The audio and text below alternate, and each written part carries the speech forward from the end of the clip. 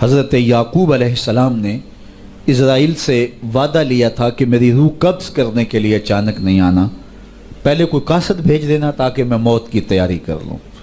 ویسے اللہ کے نبی کے دامن پہ گناہ کا ایک دھبا بھی نہیں آ سکتا اور وہ ہر لمحہ تیار ہی رہتے ہیں، لیکن اس کے باوجود تعلیم امت کے لیے بہت ساری چیزیں ہوتی ہیں۔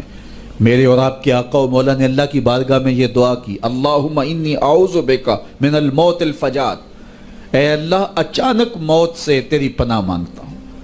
اچانک موت آتی ہے اور انسان کو تلافی کا، توبہ کا موقع بھی نہیں ملتا، تو اچانک اموات سے پناہ مانگی گئی۔ تو حضرت اسرائیل سے عہد لے لیا حضرت یعقوب علیہ السلام نے کہ میری روح قبض کرنے کے لیے اچانک نہیں آنا، پہلے کو قاصد بھیج دینا۔ اللہ کے نبی تھے، ان سے وعدہ کر لیا۔ حضرت اسرائیل ایک عرصے کے بعد حاضر ہوئے، پوچھا کدھر آئے ہو؟ کہا قبض روح کے لیے آیا ہوں۔ کہا تم نے تو وعدہ کیا تھا اچانک نہیں آؤں گا، پہلے قاصد بھیجوں گا۔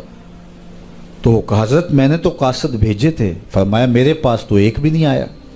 عرض کی حضرت آپ کے سامنے کتنے لوگوں کی موت واقع ہوئی، یہ میرا قاصد نہیں تھا تو اور کیا تھا؟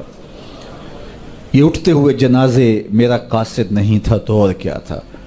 آپ کی داڑھی میں سفید بال اترائے، یہ میرا قاصد نہیں تھا تو اور کیا تھا؟ جب بینائی کم پڑنے لگے، جب اعضاء مدمحل ہو جائیں، جب چلتے ہوئے ٹھوکرے لگے، جب بولتے ہوئے لکنت آنے لگے، جب یادداشت کھونے لگے، تو سمجھ لو پیغام موت آ گئے۔ یہ ڈوبتا ہوا سورج ہمیں موت کا پیغام دے کے جا رہا ہے۔ دیکھو کیسا بھنگ پن تھا، کیسی دوپہر تھی، کیسی کرنوں کی تمازت اور حدت، شدت اور گرمی تھی، لیکن آج درد غروب سے زرد ہوا جا رہا ہوں۔ اتنی بڑی کائنات، اتنا بڑا منبع نور کا جو آسمان کے اوپر جگمگا رہا ہوتا ہے، درد غروب سے وہ بھی زرد ہو جاتا ہے۔ دیگرتے دن گیا محمد، اوڑک نو ڈب جانا۔ تو یہ ہمیں پیغام دیتا ہے میاں تم بھی جا رہے ہو۔ یہ پھیلے ہوئے قبرستان بتاتے ہیں۔ حضرت سیدنا غوث اعظم رضی اللہ تعالیٰ عنہ فرماتے ہیں جاؤ قبرستانوں میں جا کے دیکھو کیسے کیسے حسینوں کی مٹی خراب ہو رہی ہے۔ جو بدن پہ چٹکی بھی نہیں پڑنے دیتے تھے مٹی کی، آج ان کے کفن بھی تار تار ہو گئے ہیں۔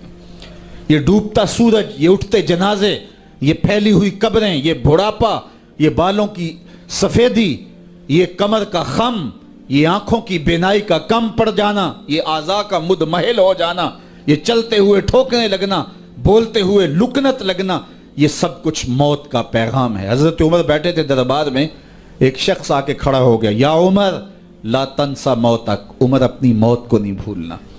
حضرت عمر یوں کانپتے ہیں جس طرح بید کی شاخ کانپتی ہے۔ اللہ اکبر۔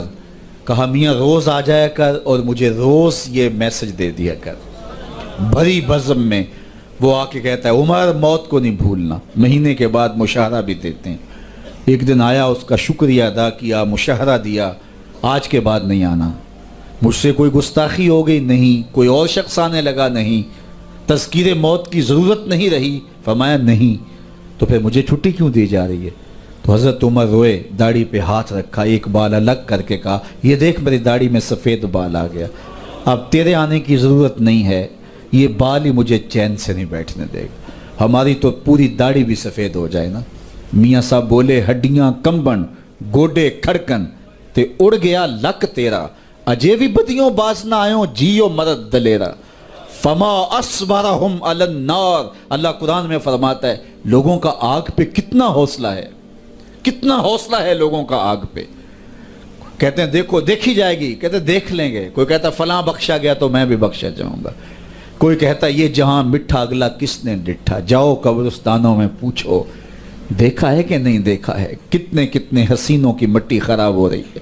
تو قبل اس سے کہ وہ وقت آئے کوئی حجت باقی نہ رہے، مجھے اور آپ اپنی زندگی کو اللہ کے حضور سپرد کرنا ہے اور موت کا ذائقہ ہر ایک نے چکھنا ہے، قبل اس سے کہ وہ وقت آ جائے اور پھر پچھتاوا ہو۔ آج میں اور آپ اپنی زندگی کو اللہ کے حضور پیش کرنے سے پہلے اپنے آپ کو تیار کریں۔ دو چیزیں دل کا زنگ اتارتی ہیں، کثرت کے ساتھ موت کی یاد اور قرآن مجید کی تلاوت۔ ادارۃ المصطفیٰ کی فکر